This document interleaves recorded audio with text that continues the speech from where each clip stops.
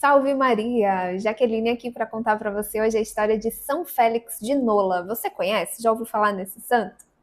Mas antes, deixa eu pedir para você curtir, compartilhar, se inscrever aqui no nosso canal, ativar o sininho, porque todo dia tá chegando aí uma história nova de um santo pouco conhecido da igreja para você aprofundar cada vez mais a sua fé. São Félix de Nola, então, ele era sírio e o pai dele era militar.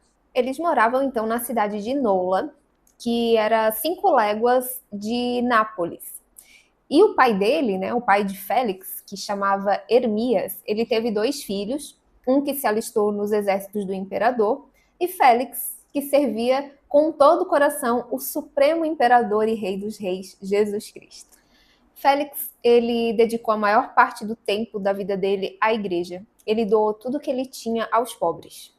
Ele foi ordenado sacerdote, ele edificava a todas as pessoas que chegavam até ele, já com excelência da doutrina, já com exemplo de vida santa e verdadeiramente cristã.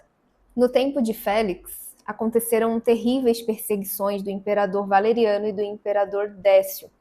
Vieram até Nola, que era a cidade de Félix, né, os emissários imperiais, e eles procuraram então as primeiras colunas dos edifícios cristãos para serem destruídos.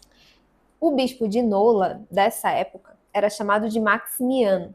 Ele era já avançado na idade, ele era muito santo nos costumes, ele era muito zeloso, muito sábio, mas ele se lembrou das palavras de Jesus Cristo, que disse: quando vos persigam numa cidade, fugi vós para outra. Então ele deixou nas mãos do Félix a direção da sua amada igreja e ele se retirou, fugiu, foi embora para um lugar mais seguro. Os perseguidores, não encontrando então o bispo, descarregaram tudo sobre Félix. E aí começaram, né, as tenebrosas perseguições, ameaças e os tormentos e tudo mais. Mas aí, vendo que nada abalava Félix, o que eles fizeram? Eles colocaram ele num cárcere, né, e espalharam pedaços de telhas no pavimento onde ele estava. E aí, com Félix preso, ele não conseguia atender às necessidades da população, dos fiéis.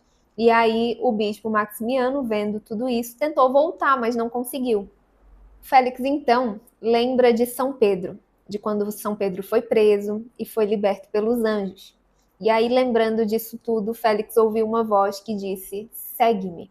E aí Félix obedeceu, né, prontamente. E aí logo um anjo chegou e abriu as portas da prisão, todas as portas da prisão.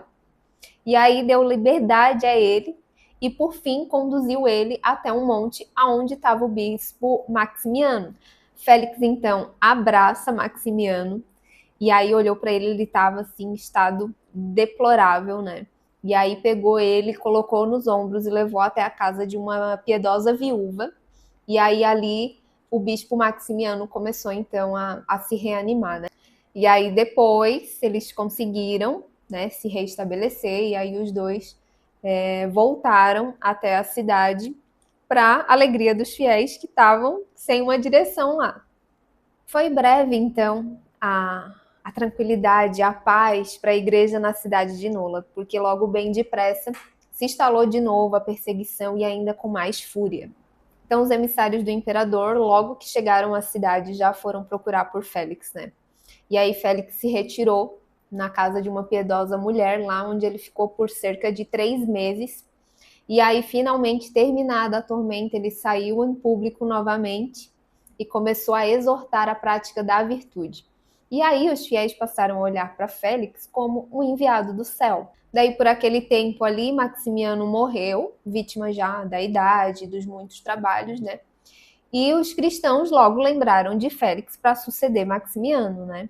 Mas ele recusou a nomeação como bispo porque ele vivia na pobreza, na extrema pobreza. Félix, então, finalmente, depois de edificar todos os fiéis com uma vida exemplar, ele já estava em idade muito avançada, mas ainda assim, né, cheio de virtudes, de merecimentos.